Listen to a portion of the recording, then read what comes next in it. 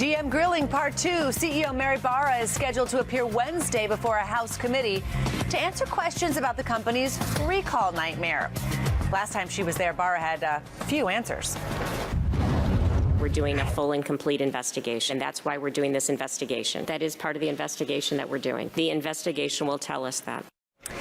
That investigation, released more than a week ago, found a pattern of incompetence and neglect. Barra will be joined next week by Anton Valukas, the former federal prosecutor who conducted what is a really scathing report about what happened and didn't happen inside GM. At this week's GM shareholder meeting, Barra insisted the company is strong despite the recalls. 4 more recalls, by the way, announced Friday, bringing GM's total recalled vehicles this year to 16.5 million worldwide. Barra is deep in damage control mode, building up the new GM, even as questions swirl over the incompetence and mistakes of the old one.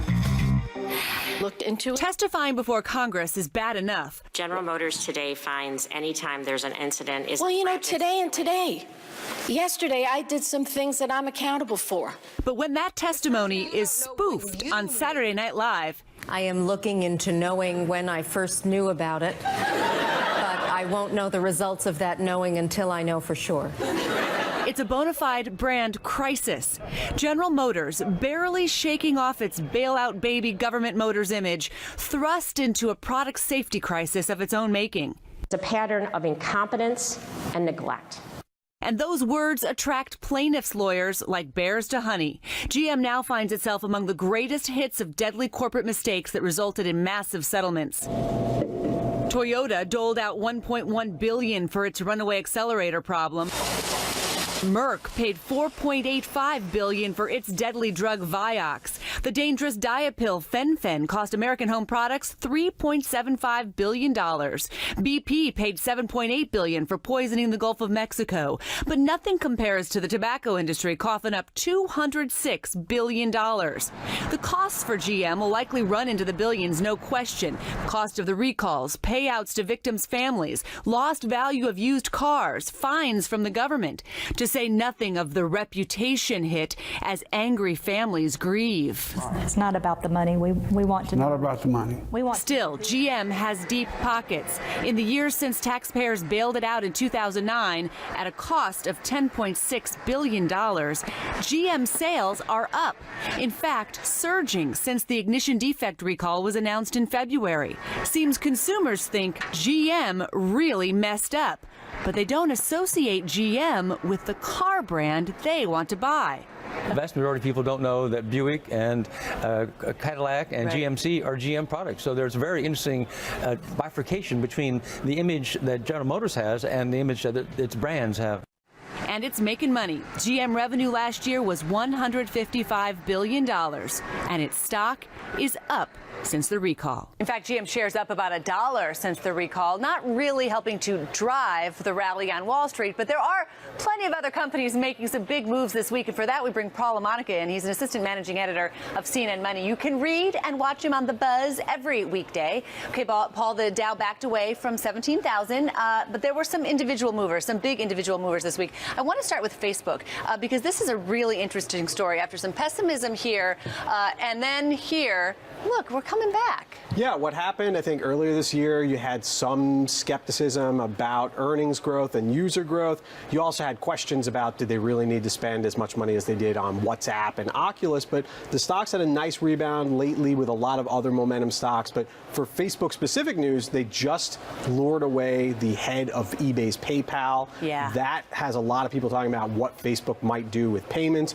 And the company also accidentally released its Slingshot app that a lot of people think could be a potential Snapchat killer. So that's some of the reasons why people are excited about Facebook. And the talent, again. the acquisition for talent is something that's so interesting among these Silicon Valley firms, like who they buy, sometimes almost more important than hardware. Let's talk about Apple here. This is the past 5 years of Apple, back above 90 here, only because of a split. This was last week a $600 and some stock.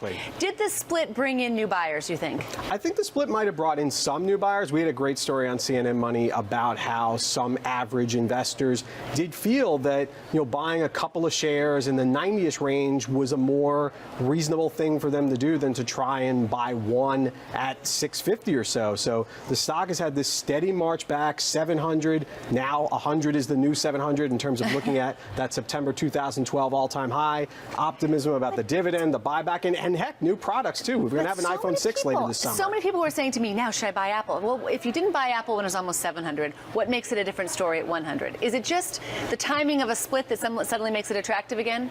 There is that psychological impact. I mean, you are 100% right that there is no difference right now in Apple trading where it is in the 90s than at 650 on a valuation basis, price to earnings ratios. But it seems cheaper, and historically, companies have tended to do well after stock splits. So there is some argument to be made that this is good news. A nice run there for Apple recently, Apple shareholder recently, but not for Radio Shack. And we were joking this week. I said any kind of company that has a tech company with the word radio in its name probably tells you it's 20th century. Yeah, and Radio Shack made fun of themselves with a Super Bowl ad, their late 80s image, and people thought that was great, but I think the reason why people thought it was great is because it was true.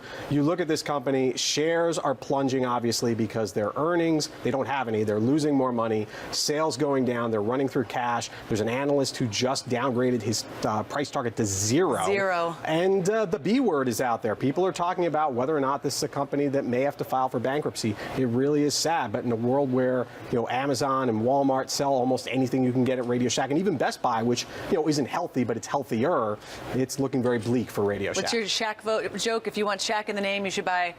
You either need to have Shake Shack or Love Shack for you B-52 fans. Radio Shack, not so much. Let's talk about Lululemon. This is since January last year. Ouch! This is a trend. This is what we call in charting a trend. Yeah, Lululemon has really been kind of a nightmare of a stock. I'm not going to make the yoga joke that everyone makes because downward dog's the only pose I know. But when you look at why this company has fallen, it is a lot to do with management turmoil. Christine Day, the well-respected CEO, That's right.